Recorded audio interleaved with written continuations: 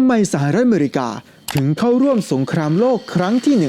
1สวัสดีเพื่อนชาวช่องฝั่งแฝดทุกคนครับเพื่อนๆเคยสงสัยกันหรือเปล่าครับว่าทำไมสหรัฐอเมริกาถึงเข้าร่วมในสงครามโลกครั้งที่ 1สาเหตุที่สหรัฐอเมริกาเข้าร่วมสงครามโลกครั้งที่ 1มีอยู่5ข้อหลักๆด้วยกันนะครับนั่นก็คือข้อที่ 1ความผูกพันใกล้ชิดระหว่างอังกฤษและสหรัฐอเมริกาอังกฤษและสหรัฐอเมริกามีความผูกพันทางด้านภาษา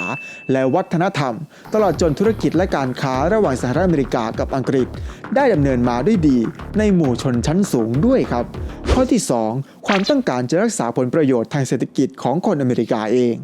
หากอเมริกาไม่ร่วมมือกับพันธมิตรเยอรมันอาจมีชัยและกลายเป็นใหญ่ในยุโรปซึ่งจะมีผลกระทบกระเทือนถึงสวัสดิภาพของอเมริกันอย่างยิ่งใหญ่ครับข้อที่ 3การโฆษณาชวนเชื่อในสหรัฐอเมริกา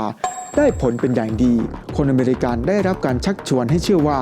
ฝ่ายพันธมิตรต่อสู้เพื่อเสรีภาพอิสรภาพและสันติภาพของโลกและเยอรมันก็เป็นผู้ก่อสงครามอันหฤโหดในครั้งนี้ขึ้นมาครับข้อที่ 4 ความไม่พอใจต่อเยอรมันที่ทำสงครามเรือดำน้ำอย่างไม่มีขอบเขตข้อที่ 5 เนื่องจากอเมริกามีการปกครองในระบอบประชาธิปไตยในขณะที่เยอรมันมีการปกครองแบบสมบูรณาญาสิทธิราชย์ดังนั้นอเมริกาจึงยอมไม่ได้ที่จะให้เยอรมันเป็นฝ่ายชนะในสงครามทั้งนี้นะครับเพื่อเป็นการปกป้องลัทธิประชาธิปไตยและต่อต้านเผด็จการทหารแบบเยอรมันครับทุกคนครับในขณะที่สหรัฐอเมริกาประกาศตนเป็นกลางในระยะต้นของสงครามอังกฤษได้ล้อมปิดอ่าวแล้วก็เมืองท่าต่างๆในยุโรปเพื่อป้องกันไม่ให้สินค้าตกไปถึงเมืองข้าศึกทำให้สหรัฐอเมริกาเดือดร้อนในการทำการค้าทางทะเลเป็นอันมากนะครับในเวลาเดียวกันเนื่องจากเยอรมันได้ถูกปิดล้อมทางทะเลทำให้เกิดการขาดแคลนเสบียงอาหารและก็วัตถุดิบเยอรมันจึงเปิดการใช้เรือดำน้ำหรือว่าจูโบ๊ทโจมตีเรือฝ่ายพันธมิตรรวมทั้งเรือของทุกประเทศที่เข้ามาในเขตน่านน้ำของเยอรมันเพราะถือว่าเป็นเขตสงครามในเดือนพฤษภาคมปีคริสต์ศักราชที่ 1915 เรือเดินสมุทรไม่ได้ติดอาวุธของอังกฤษที่ชื่อว่าลูซิตาเนียถูกเรือดำน้ำของเยอรมันโจมตีจมลงไปในชายฝั่งของไอร์แลนด์มีผู้โดยสารเสียชีวิตราว 1,198 คนครับรวมทั้งชาวอเมริกันที่โดยสารไปกับเรือดังกล่าวราว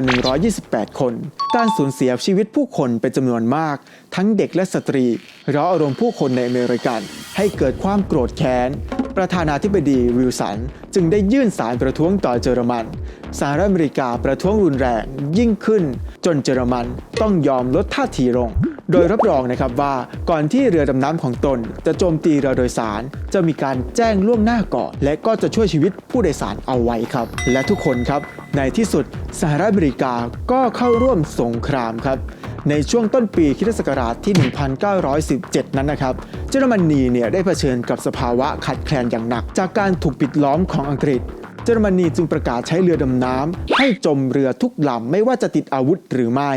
หากเห็นอยู่รอบๆเกาะอังกฤษและในท้องทะเลเมดิเตอร์เรเนียนอีกทั้งประธานาธิบดีวิลสันโต้ตอบด้วยการล้อมปิดเกาะอังกฤษของเยอรมนีด้วยการตัดสัมพันธ์ทางการทูตของเยอรมันขณะเดียวกันนี้นะครับในเดือนมีนาคมมติมหาชนก็หันไปเป็นศัตรูกับฝ่ายมหาอำนาจกลางอย่างเต็มที่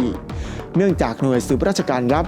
ทางนาวีของอังกฤษแอบดักฟังที่รัฐมนตรีว่าการกระทรวงการต่างประเทศของเยอรมันซิมเมอร์แมนแจ้งให้ทูตเยอรมันประจำเม็กซิโกทราบถึงการตัดสินใจของเยอรมันที่จะเปิดฉากสงครามเรือดำน้ำอย่างไม่มีขอบเขตของเยอรมันและสั่งนะครับว่าถ้าหากเยอรมันทำสงครามกับสหรัฐอเมริกา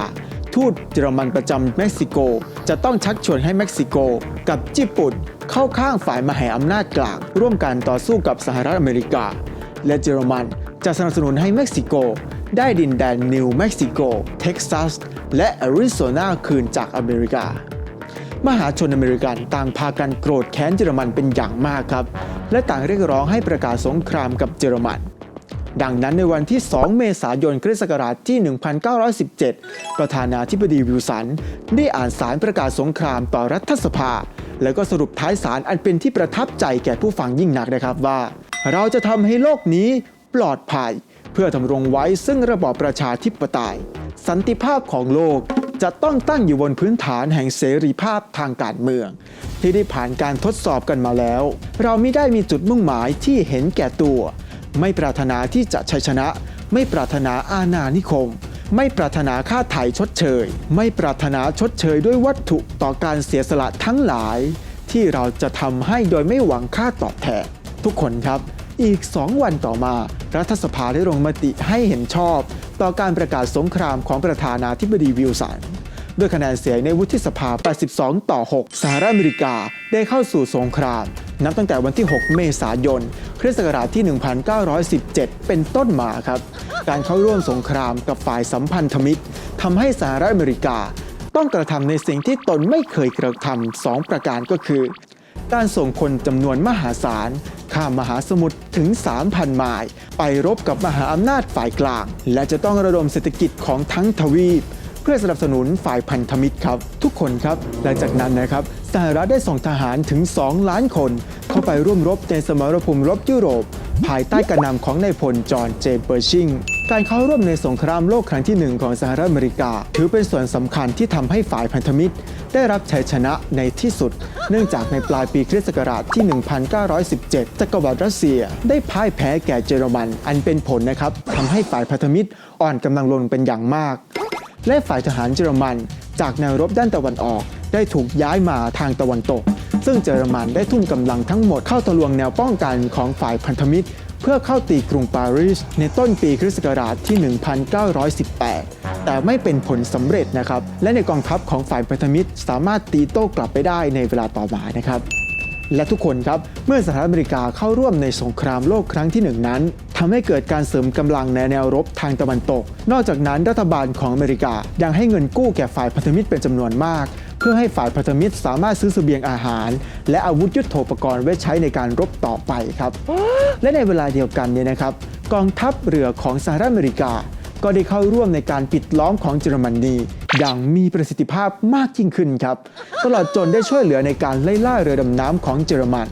ไม่ให้ออกอาละวาดได้อีกต่อไปครับแล้วก็มีการใช้เรือพิฆาตในการคุ้มกันเรือสินค้าต่างๆเพื่อไม่ให้ถูกเรือดำน้ำของเยอรมันโจมตีได้อีกครับในที่สุดกองทัพฝ่ายสัมพันธมิตรรวมทั้งทหารกว่าล้านคนของสหรัฐอเมริกาก็สามารถเจาะแนวรับฮินเดนเบิร์กของเยอรมันได้สำเร็จในเดือนพฤศจิกายนปีคริสต์ศักราชที่ 1918 และในเวลาต่อมาในวันที่ 11 พฤศจิกายนเยอรมนีก็จำนนต่อสงครามทุกคนครับสหรัฐอเมริกามีทหารที่เสียชีวิตของตนไปในสนามรบกว่า 48,000 คนหายสาบสูญไปในการรบ 2,900 คนเสียชีวิตเพราะโรคภัยกว่า 56,000 คนเมื่อเทียบกับการสูญเสียของฝ่ายพันธมิตรในยุโรปแล้วนะครับนับว่าเป็นจำนวนที่น้อยมากครับเพราะฝ่ายพันธมิตรต้องสู้รบมาตั้งแต่ปีคริสต์ศักราชที่ 1914 รัสเซียเสียทหารไปในการรบ 1,700,000 รายเยอรมนี1,800,000 รายฝรั่งเศส1,385,000 รายอังกฤษ947,000 รายออสเตรียฮังการี1,200,000 รายแต่หากคำนึงถึงระยะเวลาอันสั้นเพียงแค่ 18 เดือนที่กองทัพอเมริกันทำการรบอยู่ในสนามรบในสมรภูมิแล้วนะครับก็ต้องยอมรับนะครับว่าสหรัฐนั้นได้สูญเสียชีวิตทั้งทหารและก็ทรัพยากรของชาติไปในการสงครามอย่างมหาศาลเกินกว่าที่คนอเมริกันจะคาดการณ์ไว้มากมายครับและนี่ก็คือสาเหตุว่าทำไมอเมริกาถึงเข้าร่วมสงครามโลกครั้งที่ 1